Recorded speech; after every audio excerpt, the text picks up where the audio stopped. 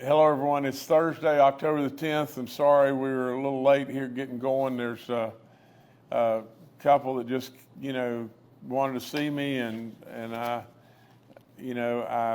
knew their daughter. There's way too many of these situations, but their daughter was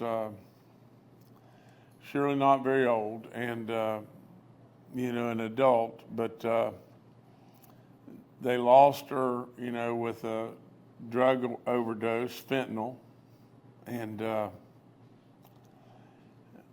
just tragic beyond belief, to tell you the honest truth. But with all that being said,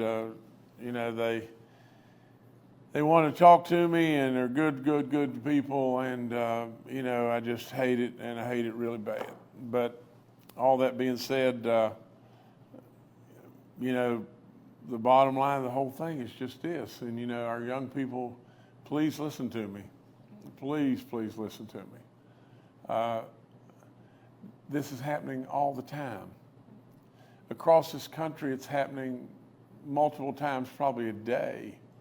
But, it's happening all the time in our state. And this situation at our southern border, and you may say, well, why blame that? Well, for crying out loud, are you kidding me?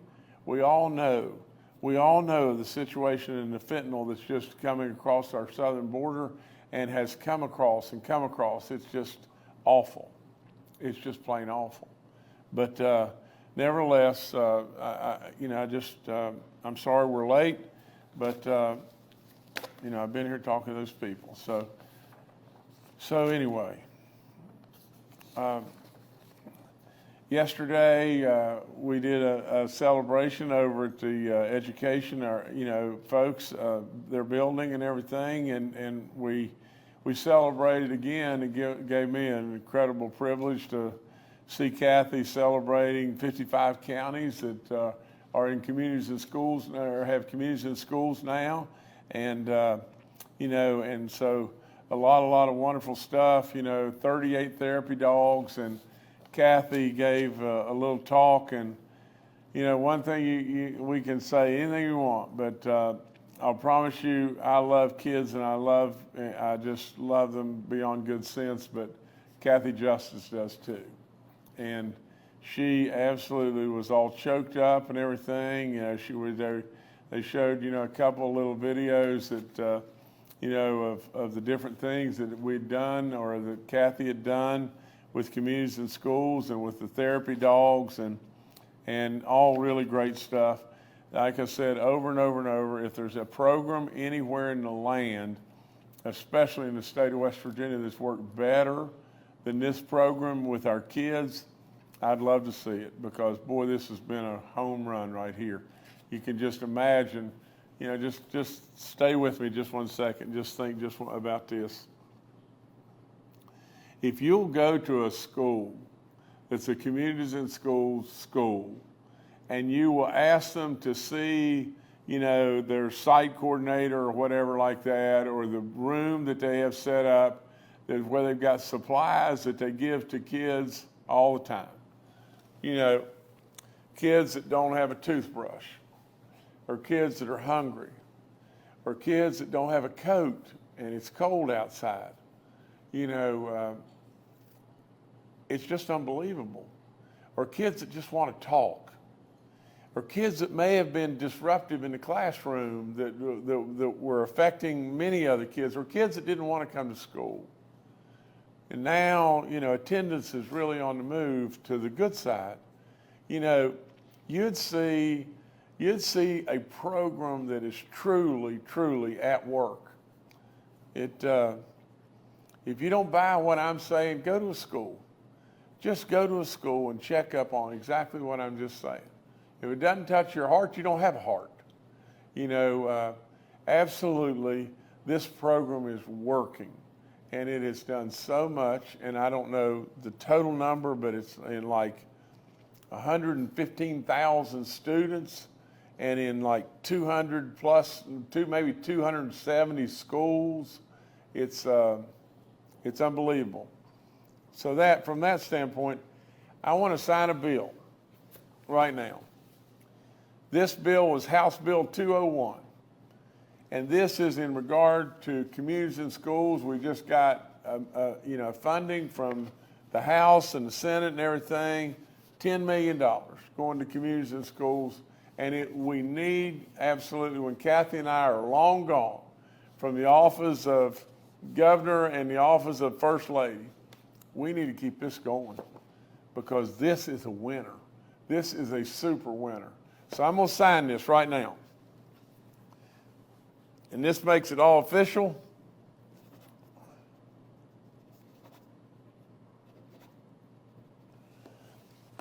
And these are all original signatures. So thank you to our Senate leadership under President Craig Blair, and thank you from our Speaker of the House, Roger Hanshaw, and all those members. Thank you so very, very much. You're doing good stuff, God's work in many ways. Let's just keep the good stuff going in West Virginia. So thank you so much.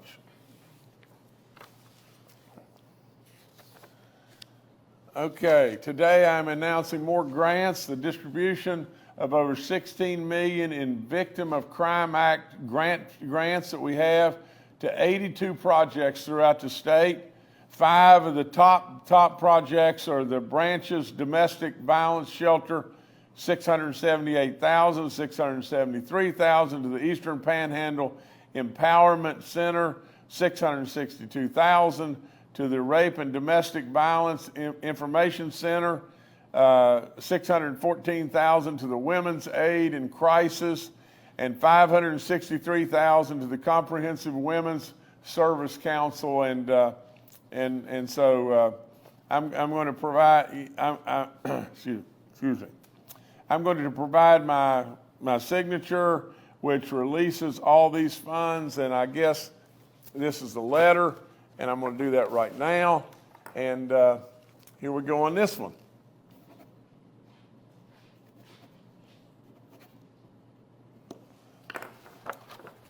So that's done, and we've got $16 million going out to the victims of Crime Act, and so that's good stuff too. Really, really good stuff.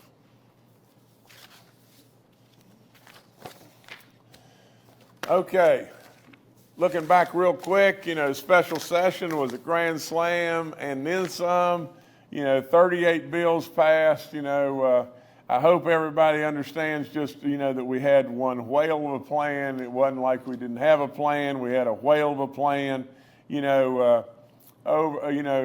absolutely from a supplemental standpoint, whether it be for infrastructure or broadband or economic development, on and on and on, EMS, everything under the sun. It was like I said, it was a slam dunk.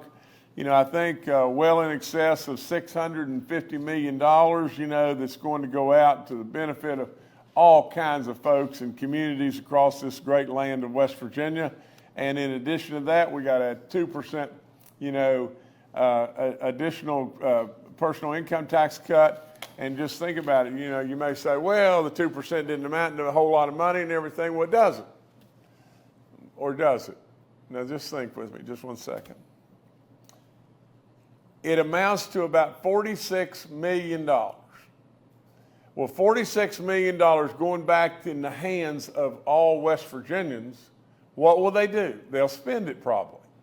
And then the multiplier effect of that $46 million, if you're just anybody that knows anything about business, they'll tell you that the multiplier effect is probably 10 times. So 10 times turns into $460 million. It's going round and round and round in our economy, and that's good stuff. That's really, really good stuff. But that's not the reason. The reason why it's so good is just this. Now the world knows we gave a 21.25% reduction in your personal income tax. We got that done. And then we turned right around and we triggered another 4%, and we got that done. And now we're going to do an additional 2%. What does that tell the world? It's so simple. It tells the world that West Virginia is committed to getting rid of their personal income tax. Now, if I'm somebody out in the world and where I happen to live, crime is rampant, on and on and on, and I'm looking and I'm saying, this West Virginia place has got the 4 most beautiful seasons on the planet. It's got really what looks like really good people. They're faith-based people. They're low-crime people. Absolutely, it's located within a rock's throw of all these population centers. Why not West Virginia? They're on the way of getting rid of their personal income tax. Absolutely, it looks to me like a place that I absolutely can call home and love more than I can imagine. That's the whole reason. That's the whole reason for the 2%. I'm very thankful to the legislature. I think they did great work. And boy, what a slam dunk. 37 bills passed. Really good stuff. Okay. We sent 40 members of the National Guard down, on the hurricane that was going to hit Florida again. And gracious sakes, all up and down the East Coast, from the standpoint of North Carolina, South Carolina, Florida, I'm sure places in Georgia, even, Mercer, McDowell, and Wyoming County and West Virginia. We all know what it's like, these terrible storms. Now, so with all that being said, if we can help, sure to God above, we want to try to help. To be perfectly frank, it looks to me like the storm, moved across very quickly. And from that standpoint, it didn't seem like the storm surge was as bad as it could have been. At one point in time, this storm, had 182, maybe even higher than this, but had 182 mile an hour winds and was a Category 5 storm. And then it was, downgraded to Category 4. They thought a Category 4 storm was going to hit the west coast of Florida, and absolutely, I am here to tell you, the devastation could have been unflat believable. So to our National Guard, you always step up. You're the greatest of the greatest in my book, and we thank you beyond belief. Now, on a little bit lighter note, in fact, a whole lot lighter note and everything, we're doing our trout stocking. We're doing our monster trout stockings. And if you just happen to happen to reel in one of our monster trout, and believe me, you got some great big fish out there. That's all there is to it. Bigger than this fish right here. But with all that being said, they're beautiful beyond belief. And if you happen to reel one in, submit your entry to the WVD, West Virginia DNR, website and everything, because that'll put you eligible for cabin stays and stuff like that at our state parks, and so or different prizes from Cabela's. It's good stuff, and so get out, enjoy the unbelievable outdoors, and know this too. Here's another thing: is we're stocking the Elk River again. We're going to stock 750 additional rainbow trout each month for a total of 1,500 additional fish. We're going to do 2 stockings, one in November, one in December. That's in Webster County, and it's the second year in a row. I'm bringing another stream online here. That's wonderful stuff for our anglers and the great people of West Virginia and their great visitors. Turkey season's coming in this Saturday, and so, like I said, be super safe if you're turkey hunting and everything, but get out and enjoy there. In our paranormal trail update, we've had 4,300 people sign up, and 800 people already have checked in at multiple locations on the trail. Chelsea Ruby and her and the folks at Tourism, what a wonderful job they do, and just continue. This will be fun for a lot of folks and everything, and go enjoy. You know, we had a great celebration on October the 7th, our Roads to Prosperity. That day, you know, and I've got to say this real quick, okay? I hope to goodness that the legislatures to come will consider making October the 7th in the state of West Virginia a holiday. I want you to look right there. There are 1,382 folks right there in the reflector vest. And what they're there for is to symbolize on this day, October the 7th, when we voted to pass our Roads to Prosperity by almost 73% of the vote. We passed it. An absolute referendum that said we're going to put, you know, somewhere between 5 and 6 times the biggest of the biggest of the biggest road bond referendum passed. Now, with all that being said, everybody says, oh, well, you know, we'll have to raise taxes more and we'll have to do this and everything, and we didn't do it, did we? Absolutely, it became just a home run of home runs. This was a total surprise to me.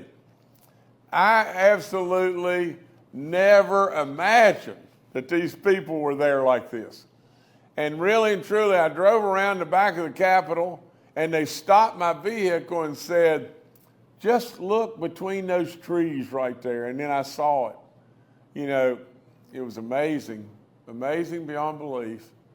You know, I really wished that all the media outlets around would have been there, not for me, but really to see and really to interview the folks that were there. Because those folks often on a daily basis are out putting their life on the line to be able to do the great work to our roads and help each and every one of us. And they deserve all of us to be there, because this day triggered all the goodness that's happened in West Virginia. Really and truly, if you'll just be fair, you know, we went from bankruptcy to beyond belief to surpluses off the chart. Now that's what's happened to West Virginia. Job opportunity, tourism exploding, helping our parks, on and on and on, making our roads to where you just didn't have to worry about tearing your vehicle all to pieces to try to get to the convenience store. There's been so much goodness, and those people right there, each one of them had a sign of a project. I think it was 1,382 or 1,320, but 1,300 plus projects that have been done under Roads to Prosperity. The magnitude that happened from this, tens of thousands of workers, the tax revenue, the changing of our image, all the different things that happened here are unflat believable. But it all started right there on October 7th, 7 years ago. That day we should always, always remember in West Virginia. And we should remember it not for me. You should remember it for Toby and Edith that stepped up and said, by God, I'm voting for it. Because I absolutely believe that Jim Justice and all those that are telling me will get this done. It won't raise our taxes. We didn't do it. We didn't raise the taxes. Absolutely, it has been an incredible success. So thank you to everybody, especially thank you to all those folks right there. They're holding their signs up of the jobs that we've done, the projects. It's unflat believable, unbelievable. And I thank them. I thank them for the work they've done every blooming day. And that's what we should all be doing. James Bailey, our Secretary of Commerce, is moving on and everything to the private sector and everything. James is going to take a job as an attorney, and James is a very qualified man, and has done a great job at Commerce, and he worked here in our office for a while and everything. He's done a great job. We wish him the absolute best of the best. James will be one successful man as he goes forward. So for him, his family, and everything, I couldn't be happier, to tell you the truth. What a job he's done, and it's all really, really good stuff. So the only other thing I have, and I'm sure you'll ask me about this, is what's going on with the Greenbrier. And believe me, B, I'll tell you in just a few minutes that this is just a procedural thing. We've got a good relationship, and we're on track, and all this will be taken care of just as it's supposed to be, retired and taken care of by the 24th of the month, and all that's in process, and it's been in process, and everybody knows that. But there does have to be procedural things that take place and are done. So this is nothing but that. Anyway, nevertheless, please ask. Thank you, Governor. We'll now take questions from members of the media. First up today, Mark Curtis with Nexstar Media. Good afternoon or good morning, Governor, and fellow reporters and staffers. And Governor, just let me follow up with a question about the Greenbrier, because we did get the statement from Steve Ruby about this just being a procedural matter, the attorney that's representing you. But talk about the sentimental part of the Greenbrier. I mean, to a lot of people, the Greenbrier, the image of that building is like what Mount Rushmore looks like for South Dakota. So how important is it, whether it stays in your family or whether it eventually goes to someone else? How important is it that business stay in business in West Virginia, and how important is that to the image of the state nationwide and to tourism? Mark, it's incredibly important. That's all there is to it. The most important of all is it's incredibly important to nearly or above 2,000 people. What's happened here, in my opinion, was nothing but political. It's cost my family a pile of money and a lot of agony, and I don't need anybody to, offer up sympathies to our family or me. I don't have time. I surely appreciate, but at the same time, I don't need that. It's something that we had to deal with, and it came out of the clear blue nowhere, and it was political through and through. I don't care what anybody in the world says. It was just flat. That's all there is to it. And so our family's dealing with it. This is nothing but a procedural matter. It will be taken care of as scheduled. And the Greenbrier is really, really, really important to our family. We love the Greenbrier. We love the employees. I think for the most part, they surely love us, and they've got a confidence in us, and I hate like crazy for them. When stuff happens like this and there's uncertainty and stuff that's not good. So all that being said, there's plenty of bumps in roads and everything, and this one is not a bump in the road. This is a purely procedural matter, and unfortunately, there has to be notices and whatever, all that kind of stuff. But we are dead on track. This has to be retired. It was, to me, a big lick and very unfair, and came out of the clear blue nowhere, and from a political standpoint, 100%, and it's costing our family a pile of money, and but it's, we're on track to take care of it. It'll be taken care of, and then we'll go on down the road. Thank you, Mark. Next up is Charles Young with WV News. Hi, this is Charles Young with WV News. Governor, I have another follow-up question about our tax cut. When the legislation was up for debate in the House, Delegate Chris, the chair of finance in the House, talked about how we were going to pay for it. He said 19 million of the 46 million is going to come from a soon-to-expire revenue bond, and the remaining 27 million was found with the consolidation of the DHHR as part of their old budget. What can you tell us about that $27 million? Thank you. Charles, what I think I can tell you is that there's bonds that are being paid off and efficiencies that were spread out all over government and everything. We found ways, jobs that were posted and everything that we did not need to fill, things like that. And I really don't know more than, that there was, the Democrats tried to misrepresent some of Larry Pack's remarks and in regard to the DHHR, but we're not going to take funds away from DHHR, and we're not going to do this and that and everything. But there are efficiencies, and we continually look for those efficiencies. But absolutely Charles, you know me really well. And Charles, do you honestly think that I'm going to pull something away from somewhere else that's going to genuinely hurt someone or hurt an agency, or hurt folks in a program or whatever? I'm not going to be a part of that.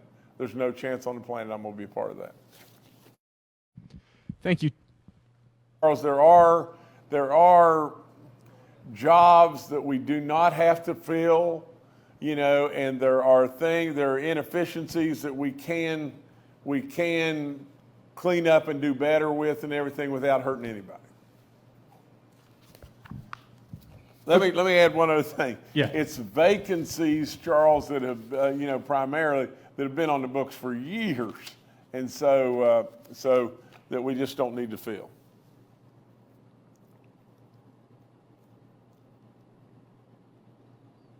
Thank you, Charles. Next up is Curtis Johnson with WSAZ. Hey, Governor, thank you so much for taking my question here. Just wanted to follow up with regards to a couple questions about the Greenbrier.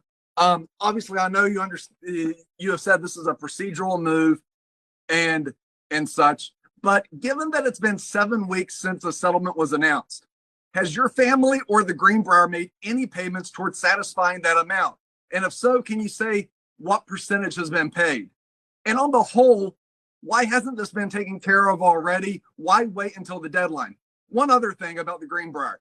We got some information regarding a possible transition of some portion of its operation to Omni Hotels.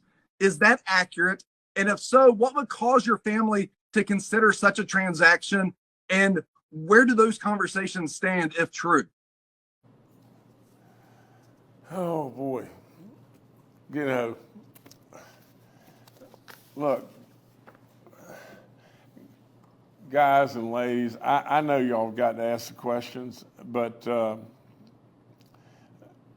can you imagine this? I mean, can you really imagine that, what would you do? What would you do if you were making payments? You had a 14-year working relationship with JP Morgan.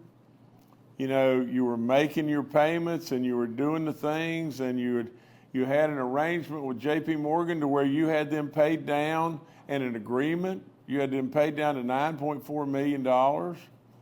And then all of a sudden a principal at JP Morgan that you'd been dealing with for 14 years, just out of the clear blue sky, he gets sick.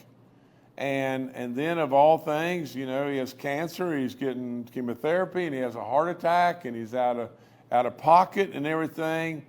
And then, as mysteriously as it could possibly be, this loan was a $200 million totally unsecured loan. And then along the way, JP Morgan asked, well, can we do anything here? And and this was with Carter Bank and Mr. Carter. And they said, well, look, why don't we just give you a second on the Greenbrier? And we thought that was just as benign could possibly be and everything, because we were continuing to have this great relationship with JP Morgan, and we paid them all the way from $200 million down to $9.4 million. And then all of a sudden, Greg Guzelman got sick, and then all of a sudden, boom, you awaken the fact that your loan is sold to Beltway and sold for probably significantly less than the $9.4 million. Now, and then all of a sudden you're in a situation to where 2,000 employees are going to basically be destroyed. And you don't know what in the world to do. And with all that being said, then the next thing that happens is Beltway says, well, we'll settle with you, but we want $24 million. Honestly, imagine if it were you, what would you do? What would you do? And so we scrambled around, we scrambled all over the place and everything. We had payment dates that had to be taken care of. The first one was a $500,000 payment. The second one was I think like $1,300,000 or $1,200,000 payment. Both of them were, and that one had to be done by, I don't know what the date was, but it was maybe September the 15th, and it was done, and we concluded that and got them that payment maybe, 8 days before the date. And the last payment is the balance of the loan by October the 24th. And that's exactly what we're doing. 100%, that's what we're doing. Now, with all that being said, the other thing in regard to Omni, that's smoke and mirrors. That's just absolutely no way. No way. There is no way that Omni is buying a part of the Greenbrier, going to run the Greenbrier. There is no way. There is no discussion. There has been no discussion. And I don't know why in the world we run with rumors that the rumors, do you understand, who does the rumor tear the guts out of? The employees. Those 2,000 people. That's who we're hurting. And we actually, in some ways, do we want that to happen? Do we really, do we want such a thing to happen? This has been what I think is unbelievably unfair to us. And I believe without any question, it is 100% politically driven, 100%, because it came out of nowhere. How could you think of anything differently? 14 years we have had a great relationship with JP Morgan. Well, what happened? All of a sudden, I'm running for the state Senate or the U.S. Senate, and then right behind that, we have the primary. Once the primary is concluded, this goes right into motion. We don't know a thing in the world about it, and it happens. How could you possibly think of anything except politically driven? Look, if you really care and love what Jim Justice stands for and has done, then truly, I would ask you, because this has surely not been any fun, I would ask you to, any time we have situations that are really tough in my world, just like these folks that were in here earlier today, I always try to offer up prayers for everybody. And this really hadn't been any fun. This has been a really tough situation, because under most situations like this, I would say this didn't matter. We're going to do this, we're going to do that, and everything else. But it was an enormous amount of money, and really and truly, it came out of nowhere. And on top of all that, the net of the whole thing was just this. I mean, just imagine, and then I'll be quiet here, but this was a building at the Greenbrier. This had nothing to do with the sporting club, had nothing to do with the golf courses, has nothing to do with the tennis stadium, has nothing to do with the chapel, nothing to do with the pools, you know, nothing to do with the grounds of Greenbrier and everything. This was a building, you know, the building that just happened to house the rooms at the hotel. The other thing is that building does not have with it the water tanks. So for all practical purposes, I don't know how the building could have even had water. It doesn't have the parking lot, it doesn't have the golf course, it doesn't have anything else with it. But what happened? What would happen if that building were sold?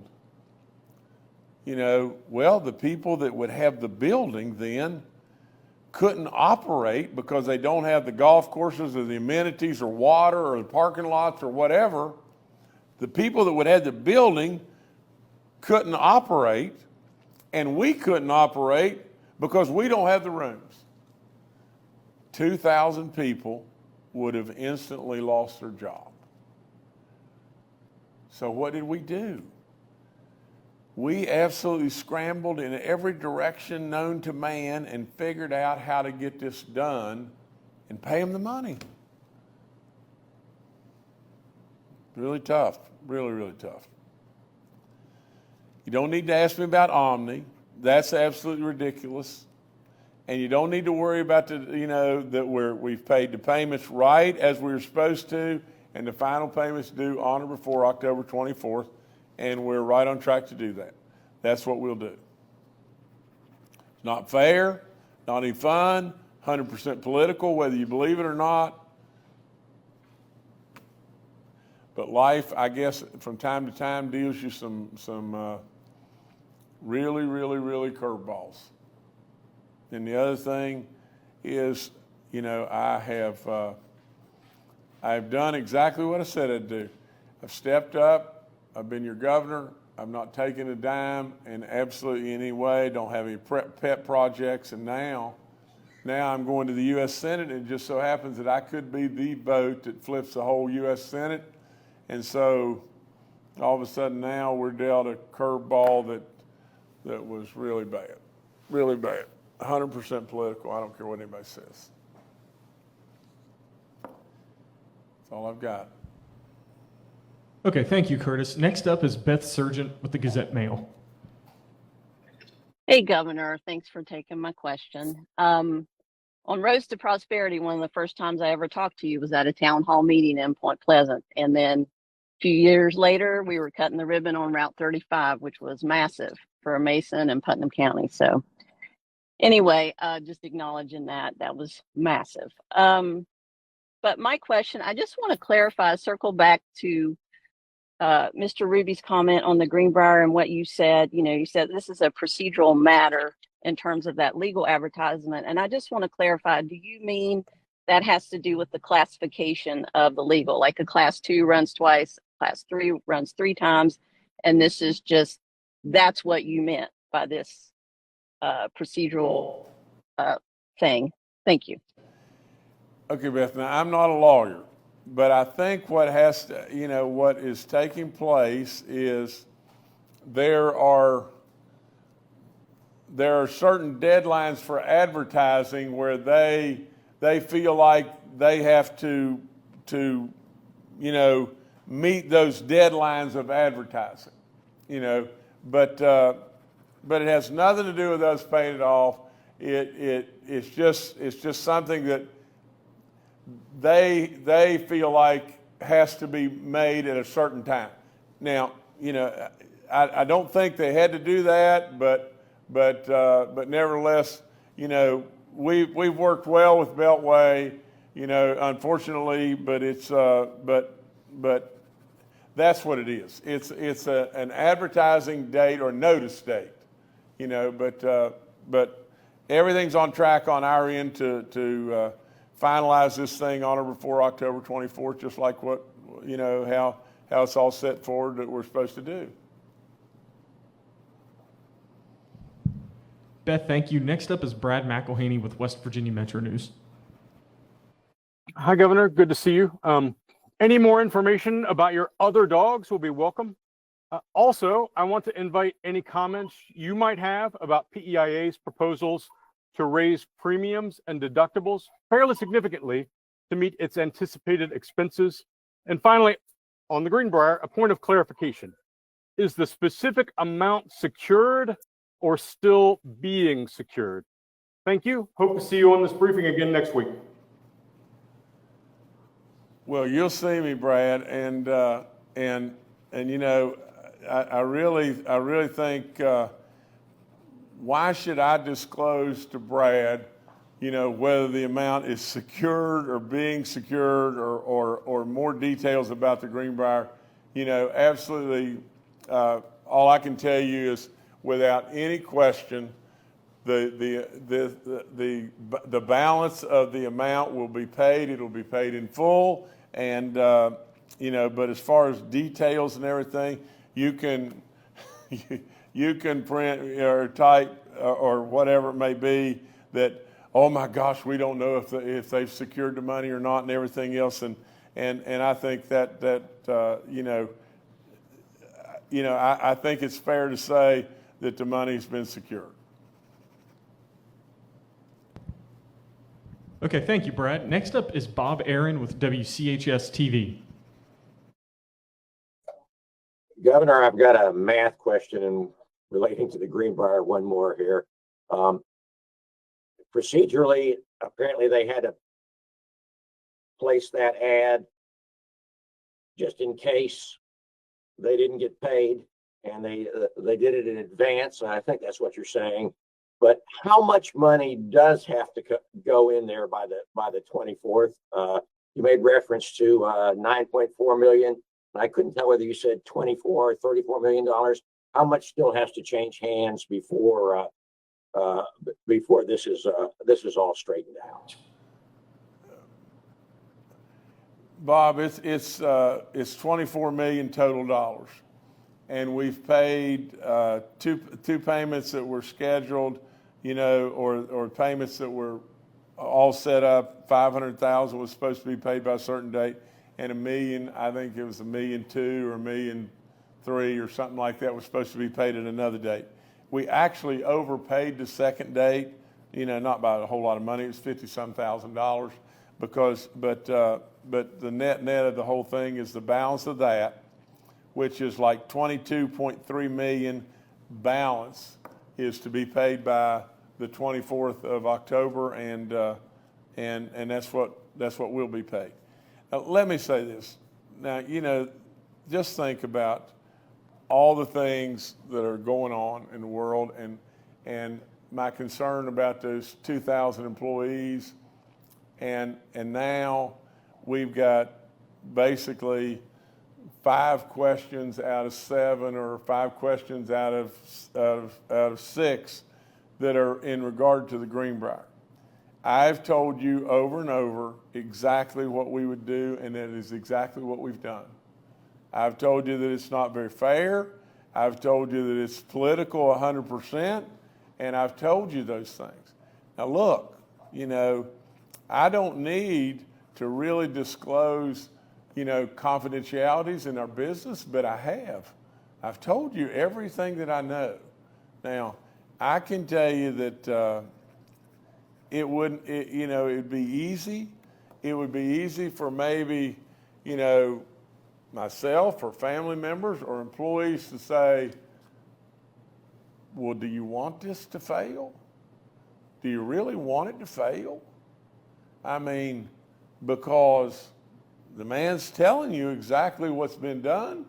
He's telling you exactly what has happened already. He's told you absolutely that we're not going to go to an August 27th sale, and we're surely not going to go to one now. You know, I'm not going to throw away, you know, I'm not crazy enough for my family to throw away, you know, $500,000 and $1.2 million and not absolutely be in a position to be able to make the balance of the payment. Do you really think we're going to do that? You know, absolutely, we're going to do exactly what I told you. Okay, thank you, everybody. Governor, back to you for final thoughts. I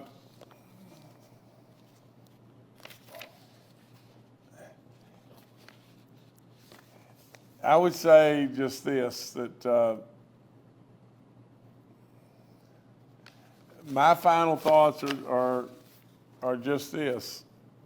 And, you know, you may not like what I have to say here, but we just went through a special session where projects all across this state, great work with our legislature and everything else on something that, you know, some of you reported we didn't have a plan. We passed 37 absolutely of our basically bills that, you know, in regard to $650 million and another gigantic tax cut in West Virginia. You know, if you add it all together, it's just unbelievable. You know, we announced great work with communities and schools and all the good stuff that's going on there. You know, we absolutely did great stuff here with the grants and our, you know, in regard to the victims of crime. And we talked about, you know, our National Guard going to help those folks in Florida or wherever it may be, and all the different things of our unbelievable tourism and wonderful, wonderful, wonderful stuff that's going on all across this state with our nature and our, you know, hunting seasons that are coming. We talked a little bit about 1,300 and some people outside, and the date that absolutely when all this happened. And what have we really primarily talked about today? The Greenbrier. The Greenbrier over and over and over. And why are we talking about something really and truly that we are right on target, paying off and doing exactly, paying off an obligation on something that I personally believe is 100% politically driven. All this unbelievable stuff that's going on, you know, all across our land and everything.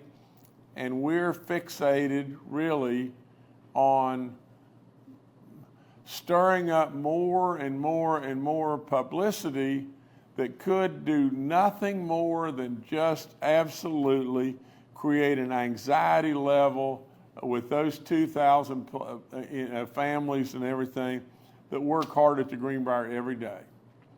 It won't matter a hill of beans to me, because I know exactly what we're going to do. We're going to pay it off. We're going to pay it off. We're going to do exactly what we've already put in motion to do. It won't matter to me. You're not beating on me. You're beating on 2,000 families that do good work every single day. And we're in many ways just absolutely turning our back on the fact that there's lots and lots of good stuff going on. So if you choose to go that way or whatever, that's okay. I'll still try to do the very best I can, and I'll still love each and every one of you. And I've done that right along. You know, I appreciate the relationship that we have in lots of ways. I absolutely expect and know you've got to do your job, but in this situation, it's a little bit much right now, to tell you the truth. That's all I've got. Thank you.